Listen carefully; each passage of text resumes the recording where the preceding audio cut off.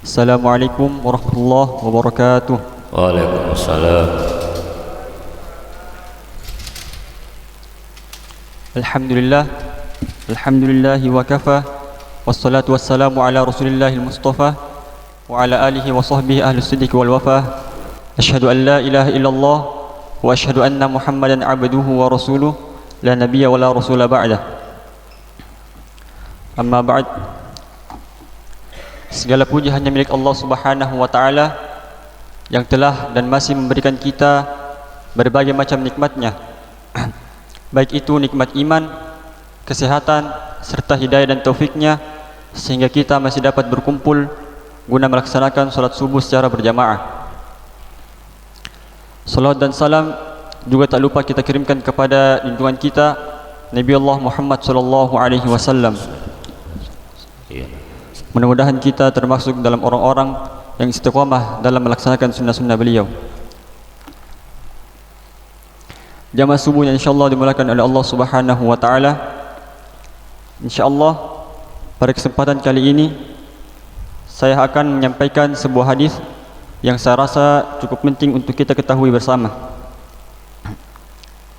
Rasulullah sallallahu alaihi wasallam pernah bersabda, "Kullu bani Adama khata'." Setiap anak cucu Adam, kata Rasulullah, itu khata', selalu berbuat kesalahan.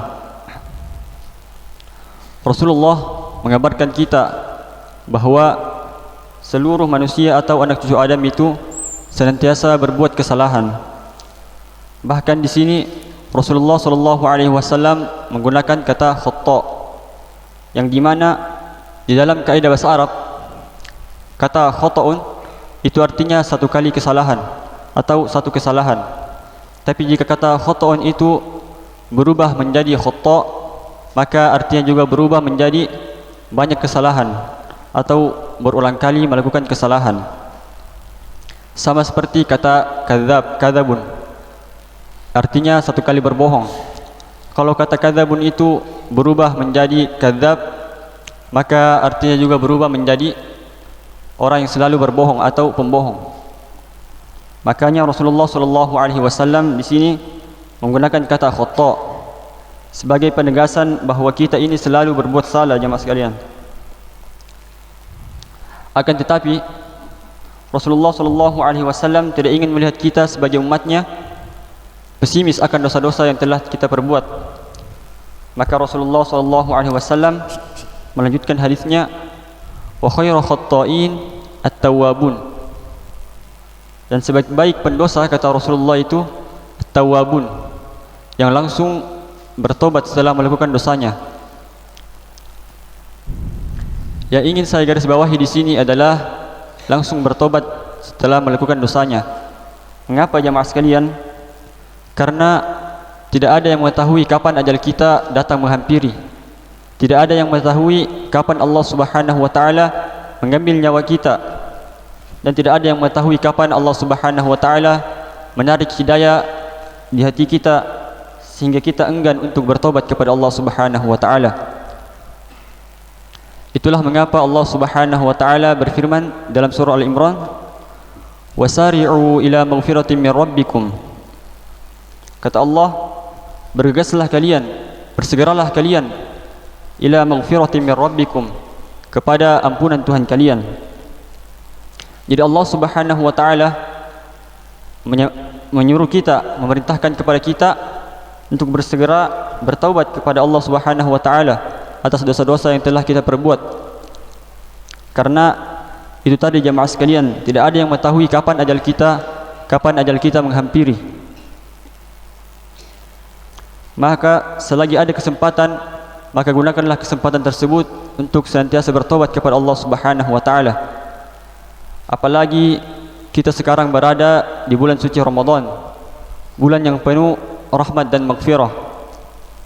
Allah Subhanahu wa taala sengaja memberikan kita sebagai hambanya bulan Ramadan ini karena Allah Subhanahu wa taala tahu bahwa kita ini manusia penuh dengan dosa, penuh dengan kesalahan, dan kita butuh dengan bulan Ramadan ini. Allah Subhanahu wa taala Maha baik, jemaah sekalian. Allah tidak ingin melihat kita masuk ke dalam nerakanya.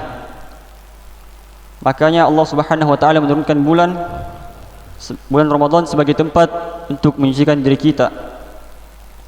Makanya Rasulullah sallallahu alaihi wasallam mengaminkan doa malaikat Jibril saat beliau naik ke atas mimbar. Malaikat Jibril berdoa kepada Allah Subhanahu wa taala, "Bu'dun liman adraka Ramadan falam yughfar lahu." Sungguh celaka, kata malaikat Jibril, bagi orang-orang yang mendapati Ramadan falam yughfar lahu, lantas dosanya belum diampuni oleh Allah Subhanahu wa taala. Maka Rasulullah mengatakan amin. Maka mana mungkin doa tersebut tidak diijabah oleh Allah Subhanahu wa taala, sedangkan yang berdoa adalah malaikat yang termulia dan yang mengaminkan adalah nabi yang paling mulia. Maka sungguh celaka dan celaka orang yang mendapati Ramadan lantas dosa-dosanya belum diampuni oleh Allah Subhanahu wa taala. Maka dari itu jamaah sekalian, di bulan Ramadan ini marilah kita memperbanyak taubat kita, marilah kita memperbanyak amal ibadah kita, sehingga ketika kita keluar dari bulan Ramadan, kita seperti bayi yang baru lahir, kita seperti bayi yang baru lahir dan suci dari dosa-dosa, dan mendapatkan predikat takwa di sisi Allah Subhanahu wa taala. Mungkin hanya sekian yang dapat saya sampaikan. Jika ada kesalahan, itu datangnya dari saya pribadi, dan jika ada benarnya, itu datangnya dari Allah Subhanahu wa taala. Marilah kita tutup dengan doa kafaratul majelis. Subhanakallahumma bihamdik, asyhadu an la ilaha illa anta wa nastaghfiruka wa natubu ilaik. Assalamualaikum warahmatullahi wabarakatuh. Waalaikumsalam warahmatullahi wabarakatuh.